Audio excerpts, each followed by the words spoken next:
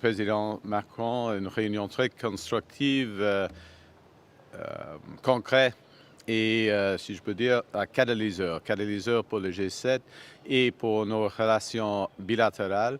Il y a plein de sujets, mais j'ai fait des commentaires avant la réunion. Alors, ce sera probablement c'est meilleur d'avoir vos questions, de répondre à vos questions pour prendre du temps et de regarder le match au début du match. Okay, so we'll start now with your questions so we can, anyone who wants to watch the kickoff can be there in time.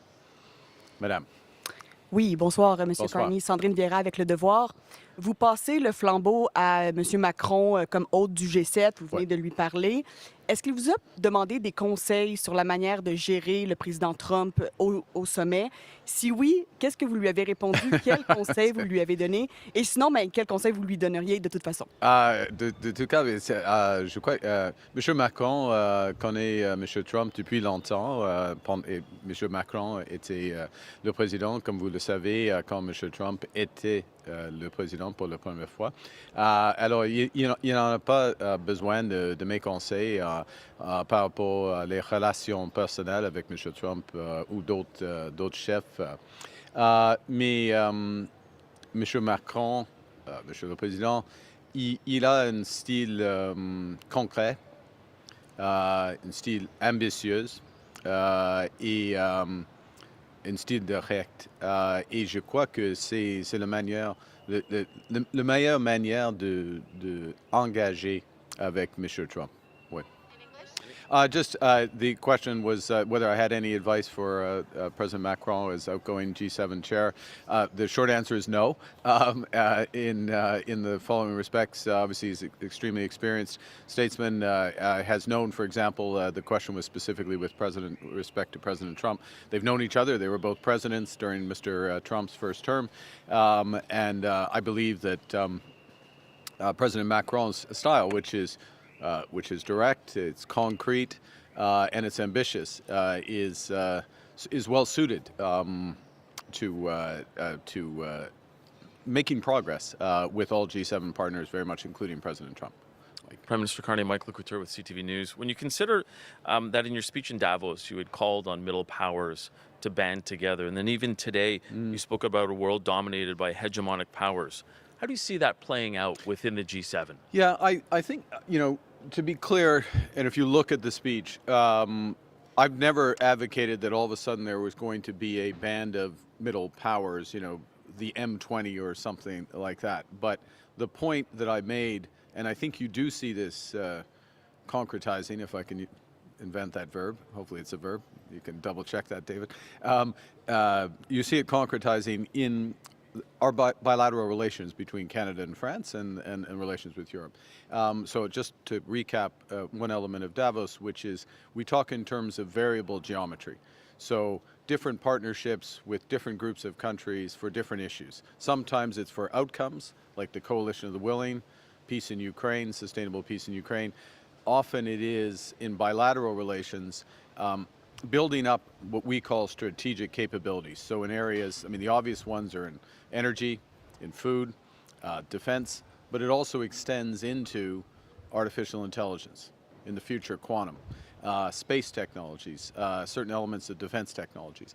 And so a lot of what we've been doing over the course of the last year with France and others, but very much with France, has been deepening those relationships. So for example, in critical minerals, there are 12 critical minerals and rare earths that are on France's top priority list. We can supply 10 of those in volume. And so there's a series of discussions, and some of this is moving to transactions where we'll supply. You may have seen a couple weeks ago a quantum roadmap that was agreed between Canada and France is another example. Just before we started, we had the bilateral, the President and I and President Xavier Bertrand de la Haute-France, he's the president of one of the regions. We addressed jointly a large AI conference, which there's huge Canadian participation, but it's also part of a broader relationship. So I guess it's too late for a short answer, but to try to give you a short answer is that how is it working? It is gaining real traction. You see it in the agreements we have. You see it, those translating into specific business-to-business and research arrangements that are coming forward. I'll give you a second chance at a shorter answer for my follow-up, if that's Okay. okay. With some of the issues that will be discussed around the table, are you at all concerned that this is going to turn into a G6+1? No, no. Is short. I mean, there'll be some issues where there are strongly held views by one of the G7 partners that are more extreme than others. And I'm not saying just one. I mean, each of us may have examples of that. If you look at the key issues of security around the Gulf, evolution of the Gulf War, and the situation in Ukraine, the security situation and providing support, very much common objectives. How do we work together in order to accomplish? I think, yes, different approaches around AI, but I think there's a chance to have, or a possibility of having a common objectives with different complementary approaches that are there. So I don't go, I'm looking forward to this summit, and I'm looking forward, as I should add as well, last point, the broader participation that will be at the summit, everyone from Kenya through to the UAE who will be there at the broader outreach. That's an important component of this, because the G7 is not running the world. It's important, but it's not running the world. Oui. Non, je ne crois pas.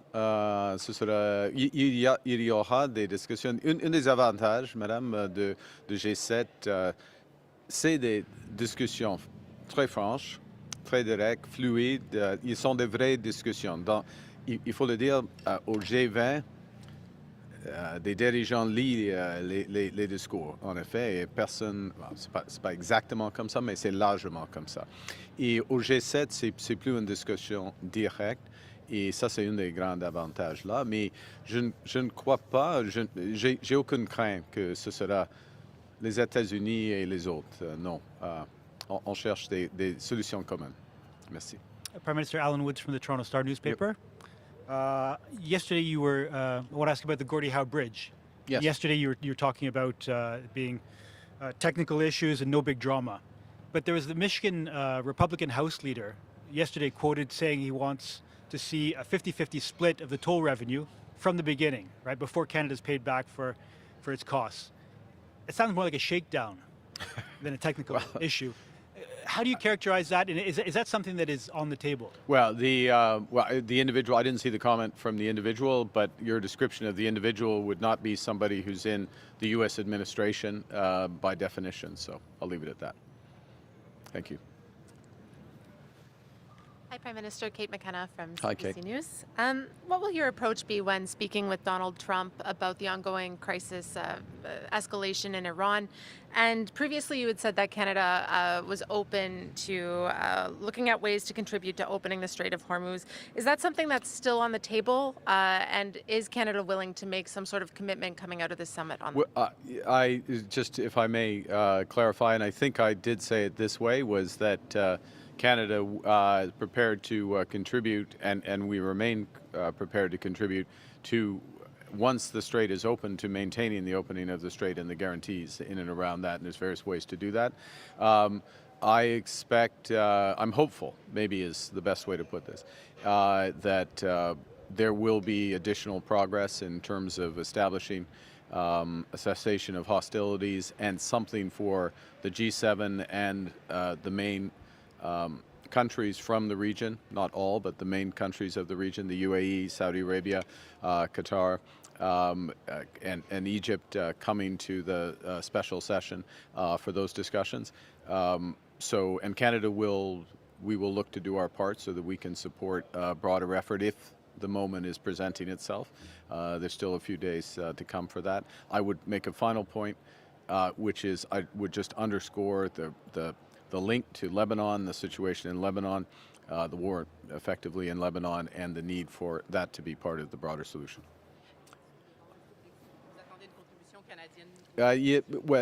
S'il y en a une vraie cessez-le-feu, Oui, le Canada est prêt de faire une contribution avec pardon? Dans les prochains jours. Ouais, non, s'il y a. On ne sait pas, c'est une situation très fluide, mais il existe la possibilité. La possibilité existe, mais on verra. Okay? Dernière question, Merci. last question. Thank you. Hi, Prime Minister. Gillian Piper with Global News. The Detroit News is reporting that the Canadian officials actually called off the opening of the Gordie Howe Bridge because they were worried about backlash from the Trump administration. Not I know true. yesterday. That's not true. Yesterday you said it was due to technical issues. What are those technical issues? Look, it's the discussion. As I said yesterday, it was at the request of the U.S. administration. We'll look to work through what issues they have. I don't think it's productive to work through those in public, and our teams are working through. I actually haven't been briefed on it today, the specifics of it.